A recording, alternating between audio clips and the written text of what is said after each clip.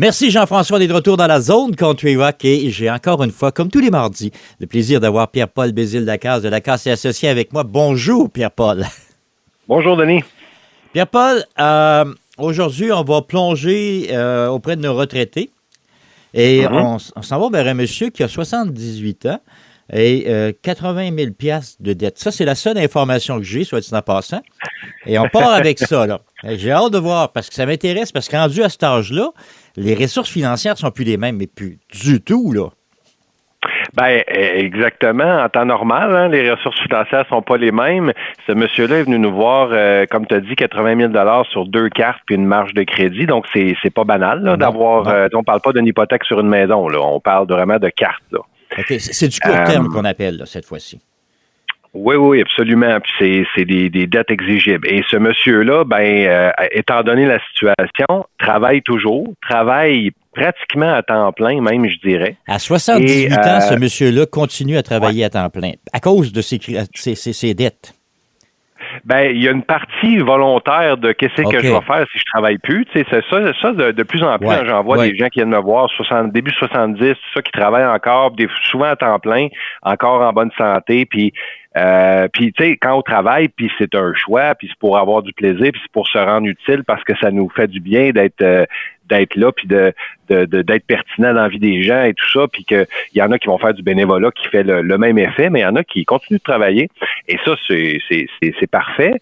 Par contre, lui, il y a un bout là que là, on se comprend, à 78 ans, il aimerait bien ça ralentir, puis il n'est pas capable du tout, parce que c'est ce qui permet de faire les paiements minimums sur ses cartes, ses marges. Ce qui s'est passé, en fait, pourquoi ce monsieur-là a 80 000, c'est que, je ne sais pas si tu as déjà entendu parler de différentes possibilités de fraude amoureuse. Mon Dieu que oui. Moi, je vois ça dans mon bureau quelques fois par année. C'est quelque chose de malheureusement quand même qu'on est habitué de voir. Et quand on voit ça, habituellement, c'est des bons montants. Et ce qui a mis ce monsieur-là dans le trouble, c'est exactement ça. J'en parlerai un petit peu plus du détail de la fraude après parce que je donne aussi des présentations sur la fraude parce que c'est des choses très, très dommageables. Mais essentiellement, ce monsieur-là a accumulé une grosse partie de ces dettes-là à cause qu'il a envoyé de l'argent à une femme dans un autre pays, évidemment. Et donc a accumulé ces dettes-là. Et une des particularités, vous comprenez que cette personne-là a eu accès à ce crédit-là. Là. Donc, ça veut dire qu'il y a des banques qui ont octroyé une centaine de mille de limites de crédit sur des cartes et des marges et tout ça. Là. Oui. Donc, oui. Donc à il y a un 80 autre problème, ans là. ou à 78 ans à sa retraite, là, puis je présume qu'à 80 000 est-ce que ce monsieur-là avait d'autres biens comme une résidence, quelque chose de même? Monsieur est à loyer. Non, okay. Monsieur avait à peu près l'équivalent de 6-7 000 d'actifs. C'est principalement un véhicule, mais un placement aussi, et qu'on voulait pas nécessairement perdre. Puis dans le fond, ce qu'on a fait avec ce monsieur-là, c'est que, étant donné que la faillite, ça aurait été compliqué de garder ses actifs. Il y avait 7-8 000 d'actifs, puis le délai de la faillite aurait été trop court pour qu'il rembourse ça.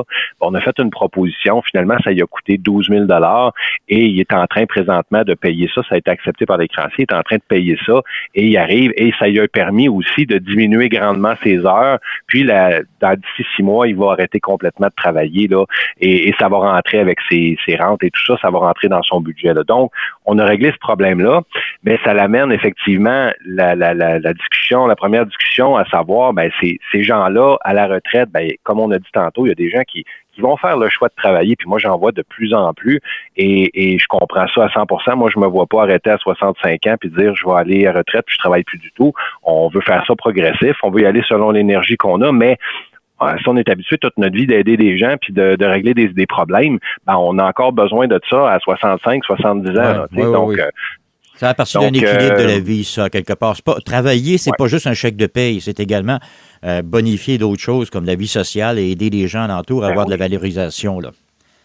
Ben oui, puis je souhaite à tout le monde d'arriver à 65 ans puis d'avoir encore le goût de travailler parce que ça veut dire que tu as choisi un bon emploi, ça veut dire que tu aimes ton travail, Exactement. Ça veut dire que tu es bien dans ce que tu fais là, tu sais. Et donc c'est la première chose et l'autre élément c'est la fraude amoureuse à laquelle je sensibiliserai jamais assez les gens à ça et là on parle de quelqu'un qui se le faisait dire par sa famille, là, quelqu'un qui se faisait avertir, là, tu es en train de te faire embarquer, des gens qui hurlaient là, que ça avait aucun bon sens dans la famille, là, et malheureusement, le monsieur restait là-dedans parce qu'il faut pas oublier que quand on est pris dans une situation comme ça, souvent on a déjà envoyé 5 000, 10 000, 15 000.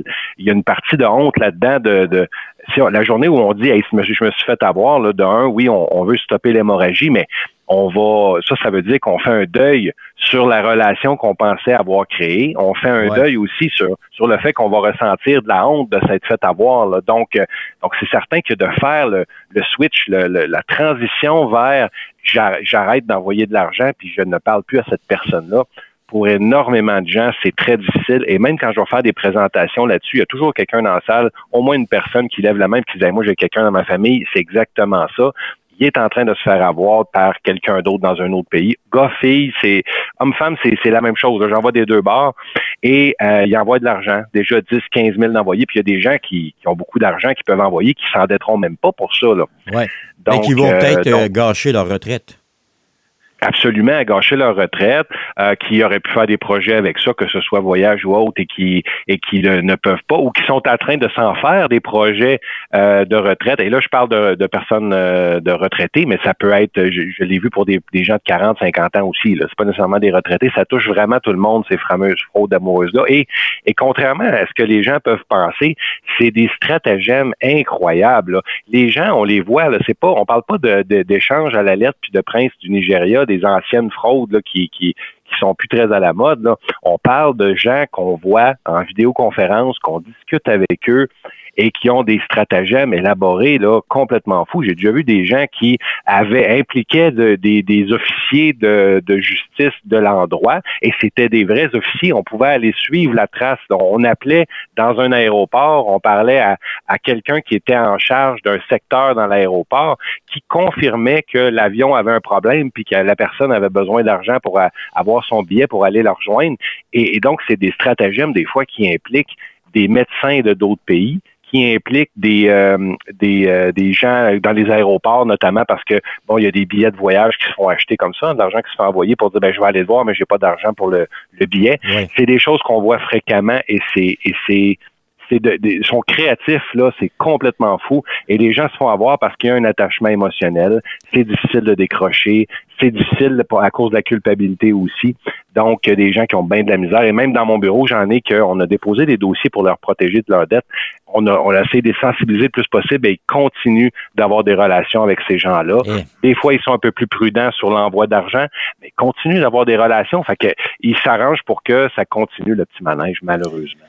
On joue sur une corde sensible, là. Souvent, ce sont des gens célibataires. C'est probablement tout le temps des gens célibataires qui cherchent l'âme sœur et qui la trouvent pas en région, puis qu'à un moment donné, hop, subitement, ça vient d'apparaître. C'est génial. Ouais. Et puis, il y a des grosses machines en arrière de ça, là. On vient de le dire, là. Ils sont organisés pour aller chercher le maximum de ce qu'ils peuvent aller chercher auprès des gens. Oui, c'est vraiment des réseaux, là. C'est des gens très, très, qui connaissent la psychologie humaine. C'est des gens qui sont très aguerris sur comment aller chercher l'émotion, puis qui vont aller cibler les gens aussi. Il y a différents profils psychologiques de gens, des gens qui sont plus, par exemple, plus altruistes, qui vont plus penser aux autres avant eux, qui vont toujours se mettre en deuxième plan.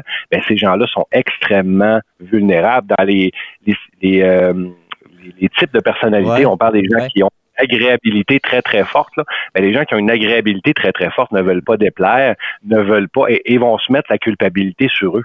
Et donc, ces gens-là, sont très faciles, s'ils sont pas conscients de ça, à se faire avoir. Et c'est pas une question d'intelligence, c'est pas une question d'être vigilant, c'est vraiment une question de psychologie. Fait qu'il faut être capable de reconnaître ces patterns-là. Et quand quelque chose est trop beau pour être vrai, c'est habituellement trop beau pour être vrai. Souvent, ces gens-là sont quand même pas laids. Hein? Que ce soit des hommes ou des femmes, là, c'est des belles personnes qui sont très très charismatiques et on leur parle pour vrai, on les voit pour vrai. Là. Donc, c'est pas juste un téléphone et c'est pas juste du chat, là, ce que je vous parle. Là.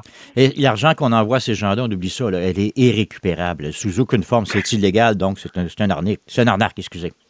C'est vraiment une arnaque. Puis les gens, effectivement, on les sensibilise à faire des plaintes au niveau des corps policiers là-dessus. C'est bien certain. Il y a différentes agences au niveau international qui travaillent là-dessus, mais les cas sont tellement nombreux et les montants sont tellement énormes quelquefois que quelqu'un qui s'est fait frauder pour 10 000 là, il n'y aura pas d'énergie qui va pouvoir être mise là-dessus parce que les corps policiers au niveau international, même au niveau provincial, sont sur des cas de 200-300 000 là.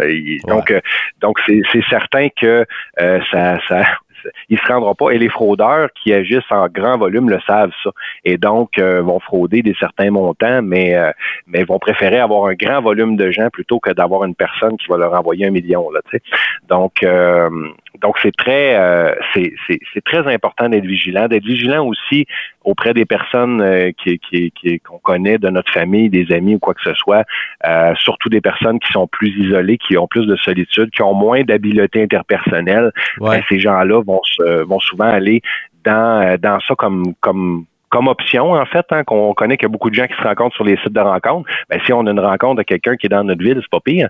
Mais là, je vous parle souvent de gens dans complètement une autre partie du pays ou encore plus souvent dans d'autres pays. Ouais, dans un autre monde d'ailleurs, là, très très loin puis isolé, qui sont difficiles à faire venir. En fait, c'est un peu le jeu de l'arnaque. C'est qu'on s'organise pour que la personne ait de la difficulté à pouvoir venir au Canada. Ça nous donne des leviers supplémentaires pour aller chercher des sous. Ben oui, parce que si la personne elle reste à 3 rues de chez nous, ben c'est facile de tester ça rapidement si c'est une vraie personne. Hein? Donc là, on a une problématique de plus. Puis c'est sûr que ça m'amène à parler un petit peu. Là, on a parlé du volet fraude amoureuse, mais de plus en plus, moi, je rencontre des gens à la retraite. Et j'ai vu dans un sondage dernièrement là que 40% des Québécois pensent que c'est la job du gouvernement d'être responsable de notre retraite, puis 10% qui pensent que c'est aux entreprises. Donc, on parle de 50% de la population qui se déresponsabilise totalement sur le fait de bâtir sa propre retraite. Ça, c'est des chiffres qui me font peur de façon majeure, parce que si on ne prend pas notre responsabilité individuelle à être vigilant, à être responsable et à planifier notre retraite, et là, je parle pas de faire des gros sacrifices. Là. Je parle plus qu'on le planifie d'avance, moins on a de sacrifices à faire. Ben, si on se rend compte que c'est notre responsabilité de planifier notre retraite, ben, on va arriver à la retraite avec une retraite qui va nous correspondre en fonction de ce qu'on veut puis de nos priorités. Mais le problème, c'est que si 50% des gens pensent que c'est le travail de quelqu'un d'autre d'assurer notre stabilité à la retraite, là, ben ça veut dire que les gens se déresponsabilisent et ne feront pas ce qui est nécessaire pour arriver à la retraite. Puis on va continuer d'avoir de plus en plus de gens qui arrivent à la retraite et qui vont dépendre du gouvernement. Et donc, ça augmente d'un, le fardeau de l'État, et de deux, ça déresponsabilise les gens et ça fait des gens qui vivent très pauvres à la retraite, donc qui n'ont pas la capacité de faire beaucoup de choses, n'ont pas la capacité de voyager, n'ont pas la capacité et donc certains, malheureusement, vont recourir au crédit et on va devoir régler ces dettes-là éventuellement, là, pour ne pas les laisser à la succession dans certains cas, ou pour deux, pour leur assurer une fin de vie un peu plus décente qu'être criblé de dettes et de criblé d'appels de créanciers. Ouais, on parlait justement de l'hypothèque inversée à un moment donné, là, ça fait partie des éléments où les gens utilisent pour s'en sortir. C'est pas toujours une bonne idée. Ouais. Pas toujours, puis on voit malheureusement, je vois beaucoup de publicité là-dessus. Il y a des gens très, très connus qui en font l'éloge de ça. Puis je dis pas qu'il n'y a pas d'avantage à ça, mais je dis qu'il faut être très vigilant, il faut l'adapter à notre situation, et il faut savoir qu'on handicape de l'actif et qu'on paye faut regarder ça comme un tout. Là. C'est quoi le taux d'intérêt? C'est quoi ça me coûte réellement? C'est quoi mes objectifs? Et c'est pas des solutions que applique ça, puis c'est une recette, puis ça marche.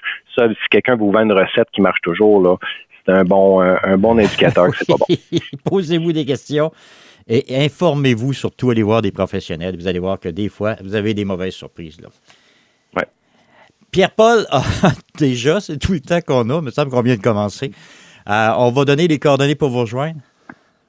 Oui, absolument. Les gens peuvent nous joindre au 1-844-LACASE, peuvent nous écrire à info@commercial-lacasesyndic.com, peuvent nous rejoindre sur notre site internet lacasesyndic.com ou LACASE et associés sur Facebook, sur LinkedIn. On est rendu, j'ai regardé ce matin, on est rendu à une douzaine d'heures là, de chroniques ensemble. Là, fait que les gens qui veulent aller en réécouter, là, ils peuvent aller sur notre Facebook. On a parlé de beaucoup de sujets depuis un peu plus d'1 an. Là. Déjà, ça passe vite, ça n'a pas d'allure. Yes. Ça nous rapproche de notre retraite, ça va, Pierre-Paul, faut pas oublier ça. Oui, c'est ça. Hey, Pierre-Paul, encore une fois, merci beaucoup d'avoir pris le temps de venir jaser avec nous. Ce fut très agréable. Merci, Denis.